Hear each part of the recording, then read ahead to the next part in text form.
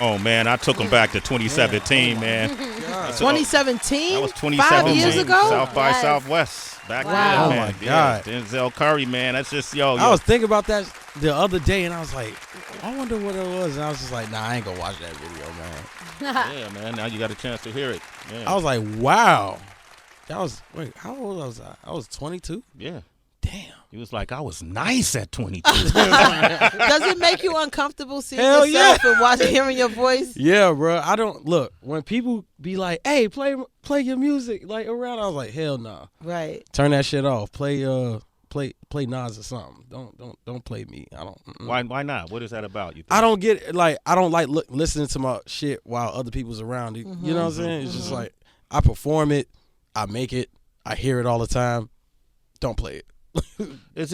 Are you concerned about their reaction, or what is it that you don't like? It just makes me uncomfortable. It's not really, anybody else thing. It just makes me uncomfortable. Like I'm like, Yeah.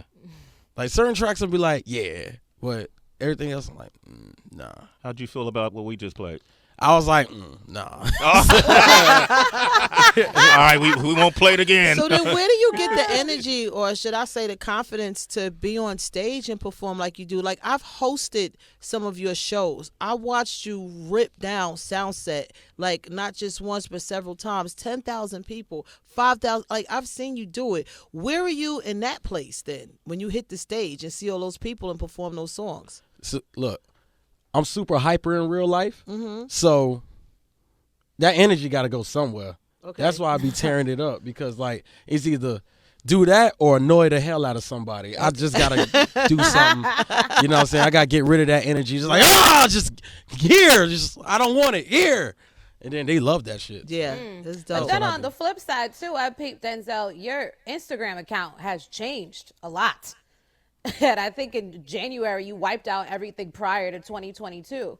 Yeah. And it's been looking like it's just focused on promo, which is very different from a lot of artists' Instagram accounts. Well, they'll share, their hot takes on whatever talking, points of the day, or will just share a lot of their life. Have you switched up your relationship with social media and what you portray to the public? To be honest with you, I wish I never had an Instagram. I want to delete that shit. Why is I don't that? even want one. I just promote it. You know what I'm saying? I just promote my shit. That's what it's there for. Like, I don't need to, like, yes, it's good to connect with people, but I don't want to be on Instagram like that. I don't like dealing with people because people be on some fuck shit nowadays. So I'll just be like, nah. If I had my choice, if I had my way, I would blow the fuck up just to delete my social medias. All of them. Just, I don't, and probably just deal with YouTube because I like that. You know what I'm saying? And if I feel like going back on it, it's not like the end of the world. I could just probably make another account or something, Absolutely. I feel like you do have that choice, though. Yeah.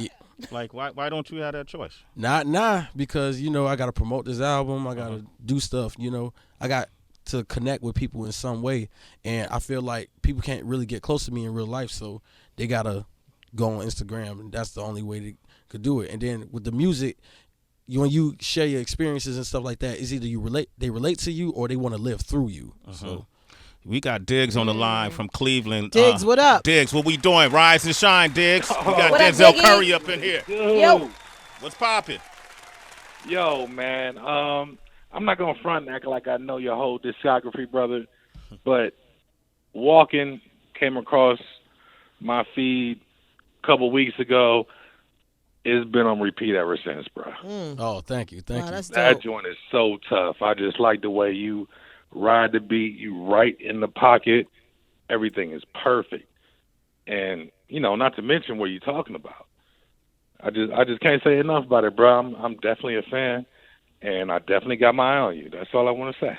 Thank you. I appreciate it. That's what's up, Diggs. The project coming out Friday. The official release is Friday, right? Yep, it's Friday. And then you can expect a North American tour. You got to see Denzel perform live. My goodness. My gosh. It's different. I don't know what it's going to be like now in 2022. And I got a torn ACL, so, you know what I'm saying? I had to get surgery for all that. From what? Martial arts? No, wait, everybody, listen, man. I did it just playing around like a jackass, all right? Okay. It never happened with me kicking somebody or, nobody did anything. I was wrestling with some dude. He tried to flip me. I kept my foot planted. I didn't flip, but popped my ACL. So that's how it happened. Shit, Ay, ay, ay. damn, man. Diggs said, I forgot you were still here, Diggs.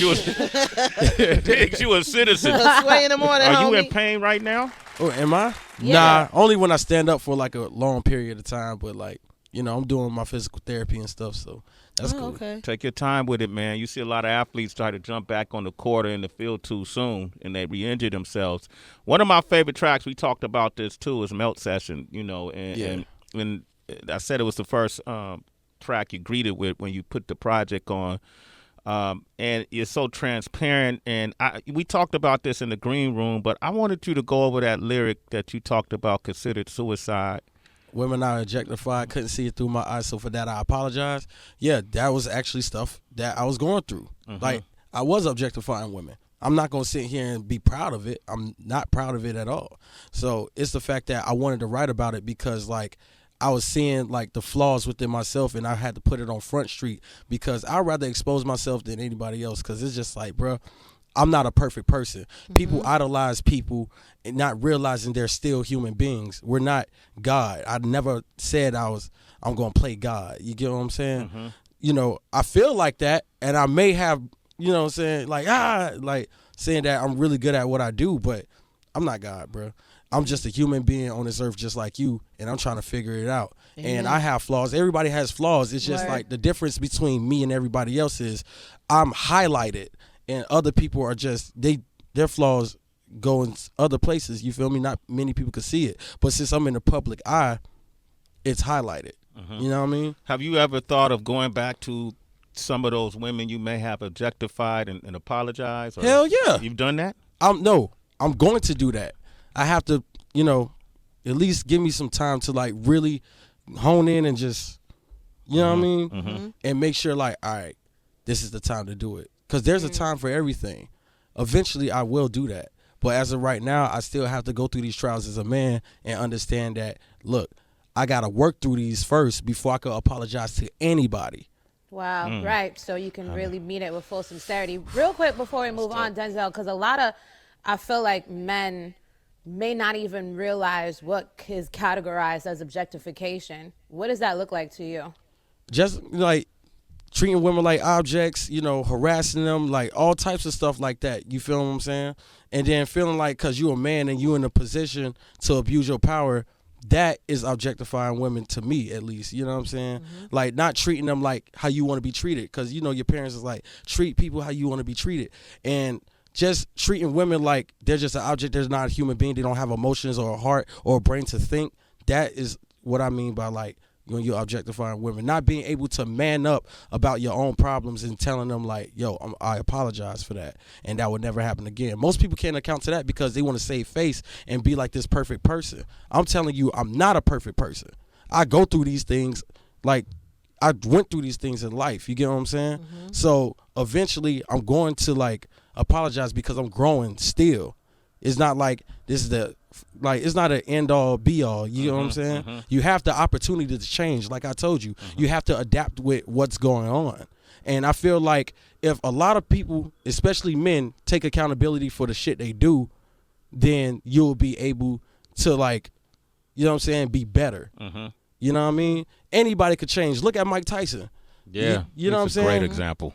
Mike Tyson is a prime example from that case they had with that woman to look how he is now, man. Yep. You know what I'm saying? We love Mike Tyson. We love Mike. Absolutely. It's character development. Like every movie, every show that you've seen has character development. And I'm just going through my development as a character. You know what I'm saying? Denzel Yes. Curry, man. I love it. Another one of my favorite tracks on this album got my good friend Saul Williams on it. Oh, wow. Oh, yeah. Man, bro, that mental Beast. joint, man. Oh, thank you. Man, And that- shout out to Bridget Perez. Man, she make sure y'all sounds check. amazing, right? Yo, she's on the whole project. Like a lot of the people that worked on this project was there with me for the last 2 years working on this with me. Coming to the studio and like we'll just be having like fancy Fridays, freestyle sessions, birthday parties, all types of stuff in there. It was nothing but a vibe. Saul Williams is somebody I've known for a long time. Our kids, when they were younger, used to attend the same child care center. So we actually met. I didn't even meet him through the business. I met him picking up we were picking up our kids when they were babies. That's and cute. Wow. yeah, right, Tracy. And I was familiar with his work, but he's iconic to me. Right? How did y'all connect, you and Saul? See, what happened was we was at Electric Lady and we was mixing the album there because that's where, Soul Aquarians did all their albums. So I wanted that energy on my album, right? So while we was mixing, we was playing back Mental, and it has no second verse. It only had me, Bridget, and it was only one verse from me, And I was talking to Mark, we bobbing our heads, and I was like, Mark, you know who would sound perfect on this? He was like, who? And I was like, Saul Williams. And then across the room, my other manager, Reese, was like, yeah, Saul Williams. And then they just reached out to him and stuff like that, and it just happened. Did y'all have conversation at all, or he just jumped on? He just jumped on it. Man, let's play that real quick, man. 888-742-3345. We got Mental. There it is. Denzel Curry.